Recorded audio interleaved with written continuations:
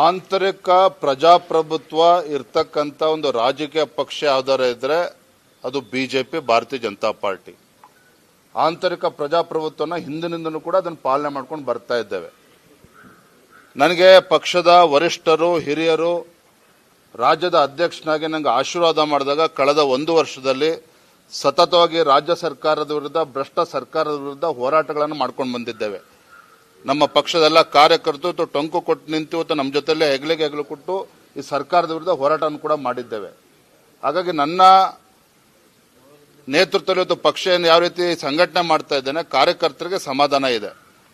ಕೆಲವು ಪಕ್ಷದ ಕೆಲವು ಹಿರಿಯ ಮುಖಂಡರಲ್ಲಿ ಅಲ್ಲೊಂದು ಇಲ್ಲೊಂದು ಹೇಳಿಕೆಗಳನ್ನು ಕೊಡ್ತಾ ಇದ್ದಾರೆ, ಅದನ್ನ ಇಲ್ಲ ಅಂತ ಅಲ್ಲಗೊಳ್ಯೋದಿಲ್ಲ.